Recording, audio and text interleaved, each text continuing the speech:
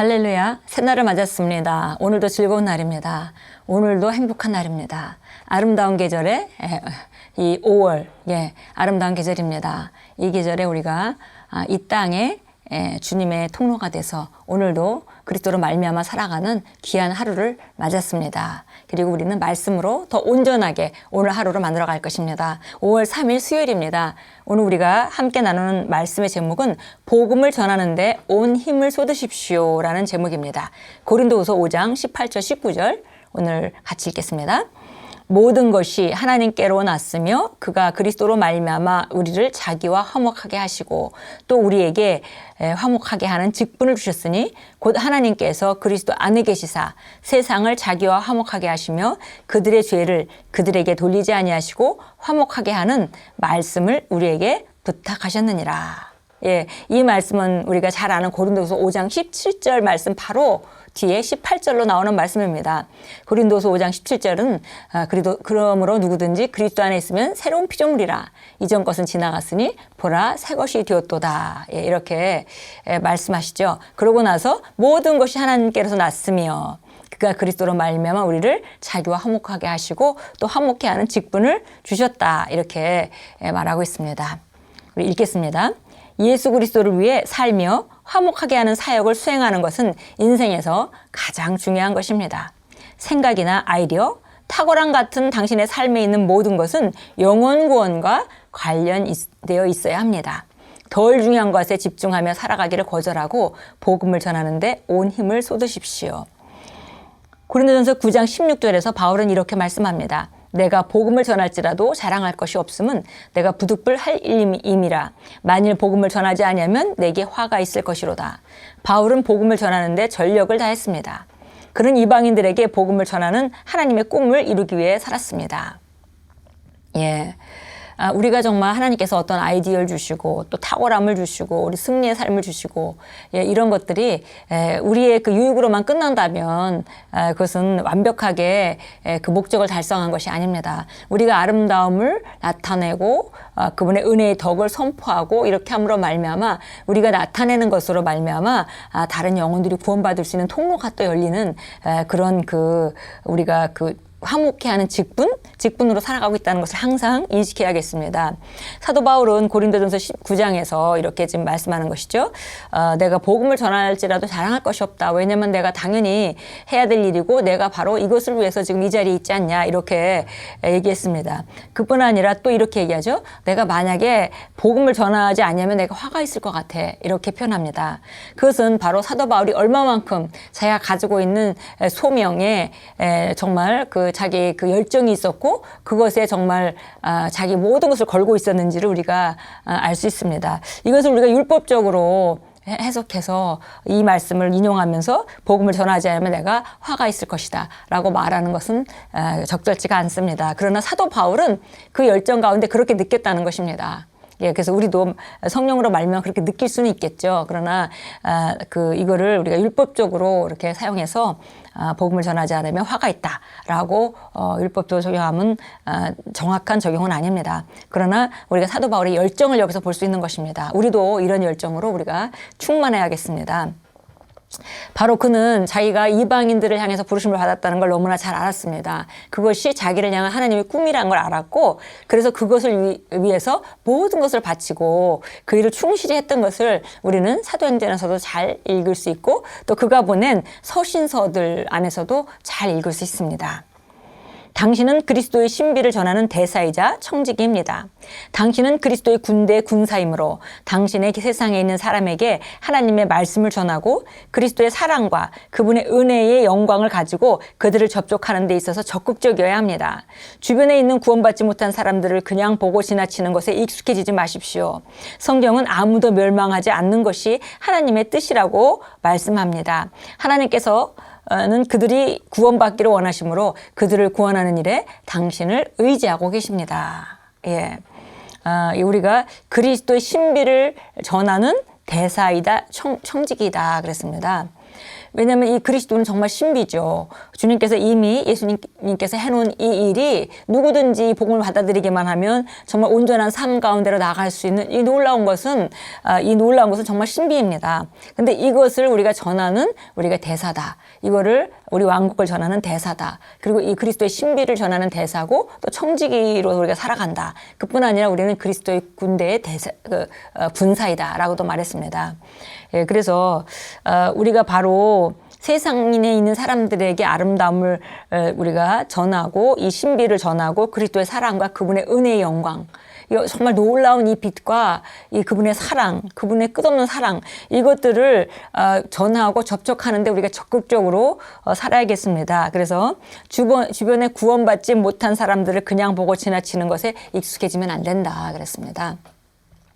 예, 왜냐하면 하나님은 아무도 멸망받는 것이 하나님의 뜻이 아니라고 성경이 분명하게 말씀하고 자신의 뜻을 보여주셨기 때문입니다. 하나님께서는 그들이 구원받기를 원하고 그리고 구원하는 일에 바로 우리 자신을 의지하고 있다는 것입니다. 내 세상에 만난 사람들에게는 내가 바로 통로라는 것, 그리고 또 우리가 좀 더 나아가서 내가 아니면 전할 사람이 없다라고 생각하는 그런 절실함이 우리가 가져야 되는 바른 태도입니다.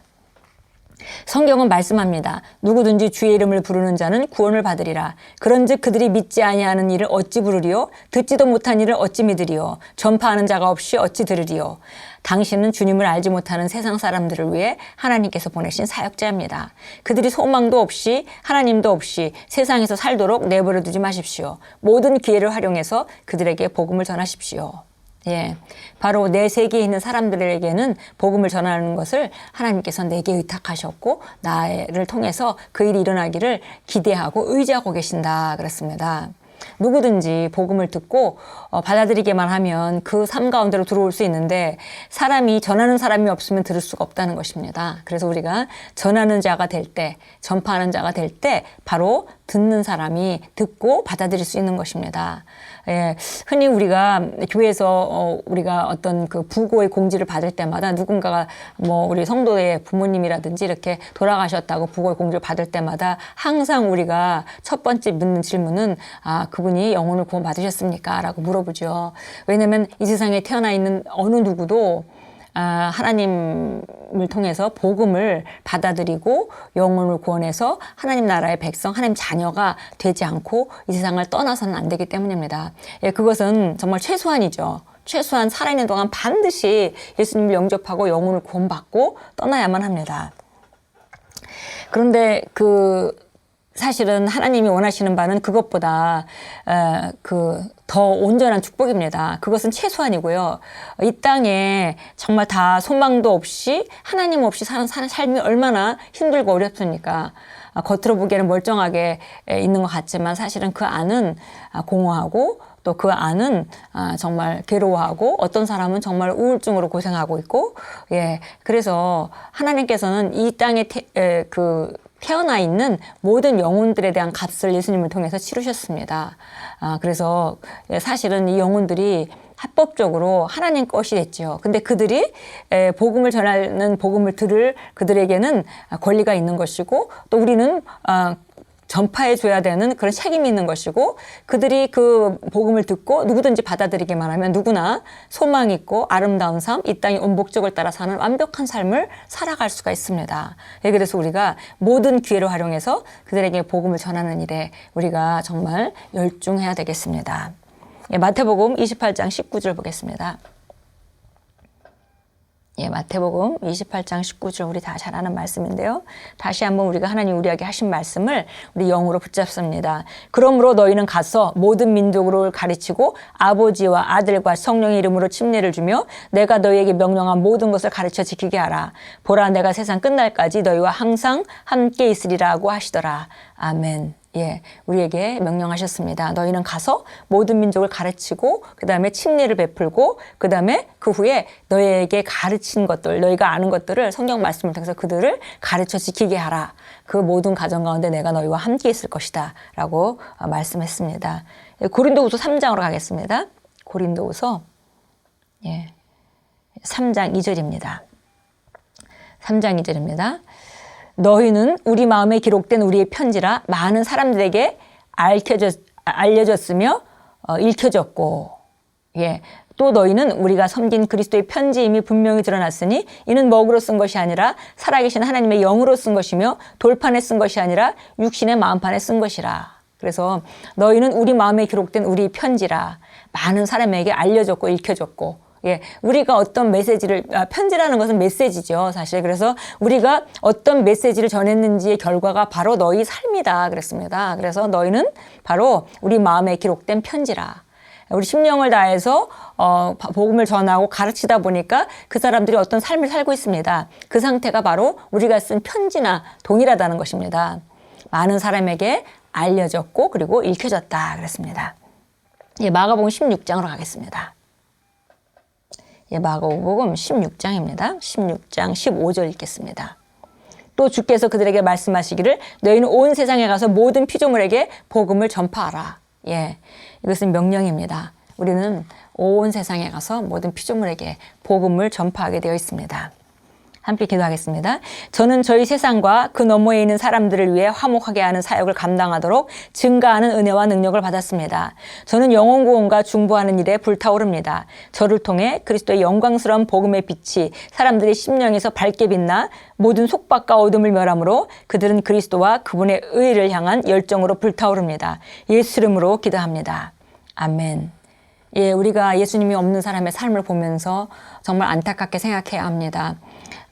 저들이 저렇게 살 필요가 없는데, 복음을 받아들이고 예수를 믿는다면 저렇게 살 필요가 없는데 우리가 안타까워해야 되겠고요.